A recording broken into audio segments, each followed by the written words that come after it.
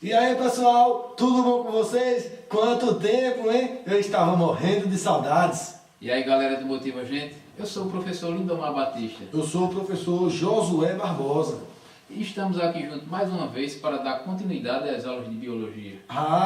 Hoje vocês vão conhecer um conteúdo interessante, continuando com as células, falando sobre o que é retículo endoplasmático rugoso, retículo endoplasmático liso. Vamos estar falando sobre complexo de Golgi, sobre mitocôndria. Olha só que legal. O que é retículo endoplasmático rugoso, professor Lindomar? Para iniciarmos essa aula, é interessante a gente saber as estruturas que compõem uma célula. Então, a célula ela é composta também por retículo endoplasmático rugoso. Mas o que é esse retículo endoplasmático rugoso? Qual a sua função? Na verdade, o retículo endoplasmático rugoso ele possui ribossomos e também ele tem a função de síntese de proteína. Certo. Ele produz proteína. E também ele é responsável pelo transporte de substâncias para dentro da célula. Interessante. Mostre para os nossos alunos aonde fica a localização desse retículo endoplasmático rugoso. Para identificarmos a célula, nós vemos aqui o núcleo. E vejam que nas proximidades aqui do núcleo, nós temos o retículo endoplasmático rugoso. Esse que fica aqui bem próximo da célula. Aqui nós vemos também alguns ribossomos, as suas organelas, que fazem parte da síntese de proteína. Então, quer dizer que o que fica mais próximo do núcleo é o retículo endoplasmático rugoso. Isso mesmo. Agora me explique esse que fica mais afastado do núcleo. Explico. Lembre-se, pessoal, toda prova, o que estiver mais próximo é o retículo endoplasmático rugoso. O que está mais distante, retículo endoplasmático liso. Vocês podem olhar que ele não tem esses pontinhos, que são os ribossomos. Ele não tem ribossomos. Sua função é lipídica, a degradação de moléculas, de toxinas. Quando alguém toma uma, professor Lindomar, que fica lá meio chapadão, você produz muito retículo endoplasmático liso. Sua célula produz. Então, na segunda dose, quando você toma a mesma quantidade, você não vai sentir a mesma sensação. Para sentir a mesma sensação, vai ter que aumentar a dose. Isso é o que acontece com aquelas pessoas que usam uma droga, por exemplo. Vale lembrar que o crack, na verdade, é aquela pessoa que usa seu talento para crescer na vida. Não é para quem usa porcaria, professor Lindomar. Agora eu vou lhe fazer uma pergunta, e acho que é até a pergunta dos alunos. Então quer dizer que se eu ingerir substância tóxica, se eu ingerir álcool, o retículo endoplasmático liso ele vai resolver tudo? Então eu posso beber à vontade? Isso não vai trazer nenhum prejuízo para a célula? Poder você pode, dever você não deve, porque vai trazer prejuízos futuros, porque você está fazendo ela trabalhar muito agora. Então, quando você começar novinho lá, com seus 3, 4 anos de idade a beber, quando você tiver com seus 30, 40, sua célula vai estar totalmente comprometida. Vale lembrar, professor Lindomar, que todos os eucariontes têm o retículo endoplasmático rugoso e o liso. Todos os eucariontes. Você sabe quais os reinos que são eucariontes? Os reinos eucariontes são todos os reinos que compõem os animais. O reino eucário, que é o reino maior, onde está, com exceção das bactérias. Isso. O reino protista, o reino planta, o reino fungi, o reino animalia. Agora, continuando a falar um pouquinho da célula, tem outra organela lá super interessante. O complexo de Golgi. Você já ouviu falar o complexo de Golgi? Com certeza. Então explique para os nossos alunos, por favor. Veja que interessante, quando você falou em organelas, eu me lembrei. A célula é composta por organelas, a gente já citou duas. Organela ela significa o quê? Organização celular. Então cada organela dessa ela tem uma função para a célula fazer com que ela funcione de maneira correta. E nós temos o complexo de Golgi. Acredito que os alunos que estudam biologia já ouviram falar no complexo de Golgi. Mas na verdade, qual é a função do complexo de Golgi? Função muito importante. Secreção celular, síntese de polissacarídeo e ele faz o quê? A degradação dos carboidratos. Aqueles carboidratos que são de origem de amido, os carboidratos muito grandes. E na verdade o complexo de Golgi ele tem uma função muito importante dentro da célula. Vamos imaginar o complexo de Golgi como se fosse o correio de nossa cidade. Só que ele é um correio especial. Ele faz a entrega, distribui para a célula a energia, todas as substâncias que a célula irá precisar, de maneira que a célula não vai gastar tanta energia. Então, o complexo de Golgi, podemos dizer que é o correio da célula, ou seja, ele leva as substâncias que a célula necessita. Então quer dizer que o complexo de Golgi vai pegar todos os carboidratos grandes, transformar em pequeno, vai triturar e distribuir de acordo com as necessidades das células. Exatamente isso, José. Muito bom. Um colega meu, um aluno, que eu estava dando aula essa semana, me perguntou um negócio bem interessante. O que é acrossomo? Eu disse a ele, isso aí é uma aula sobre o complexo de Golgi que o professor Lindomar Batista vai explicar. Explica ao pessoal o que é esse acrossomo. Essa é mais uma função importante do complexo de Golgi. Ele produz, na verdade, o acrossomo. E o que é o acrossomo? O acrossomo, ele vai estar unido ao espermatozoide e esse acrossomo ele vai ajudar na fecundação, ou seja, ele vai fazer com que esse espermatozoide ele consiga chegar ao seu objetivo, que é a fecundação até o óvulo. Então o saco acrossômico, ele vai lá no nosso espermatozoide, faz uma proteção e facilita a entrada no óvulo. Exatamente. Tranquilo. Para vocês entenderem um pouquinho melhor, tá aqui uma imagem, professor Lindomar. Essa bolinha aqui no centro é o quê? Núcleo celular.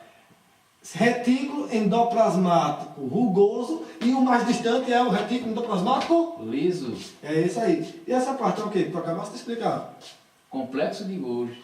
Que tem o objetivo de pegar as macromoléculas que ele manda, triturar e distribuir, não é isso? Exatamente, é o correio celular. Agora, professor Lindomar, para que tudo isso possa acontecer, precisa de energia. Sem energia a célula não vive. Sem energia, o pior, nós não vivemos. E como a célula consegue obter energias, você sabe? Eu acho que tem um casamento perfeito entre célula e outra organela aí, outra célula. A organela, eu gostaria que você explicasse. A organela que ajuda a dar essa energia é a mitocôndria. A mitocôndria, ela tem uma estrutura fantástica. Fantástica. Ela tem a membrana externa, que é essa aqui que fica por fora, e tem a membrana interna. A membrana externa, essa daqui, um marrom mais escuro, ela é lisa. A membrana interna, ela sofre algumas invaginações, chamadas de cristas mitocondriais. Essa é a matriz mitocondrial. Agora, professor Lindomar, tem um pequeno problema. O outro aluno meu me perguntou o seguinte. Professor, pois não, Heraldo? Aí ele disse, professor, eu fiquei sabendo que a mitocôndria já foi uma bactéria. Explique para o nosso aluno, Heraldo, o que é, se é uma bactéria ou se não é. O que é a mitocôndria? Na verdade, o que o aluno perguntou é sobre a teoria que é a mais aceita hoje, que é a endossimbiótica. O que é a teoria endossimbiótica? Espera aí. Não foi que você explicou na aula passada? Exatamente, vou explicar mais uma vez. Mas, para que os alunos rapaz, compreendam. Heraldo, presta atenção na aula. Na verdade, o conceito da célula, as células primitivas, elas eram isoladas das células eucariontes das células procariontes.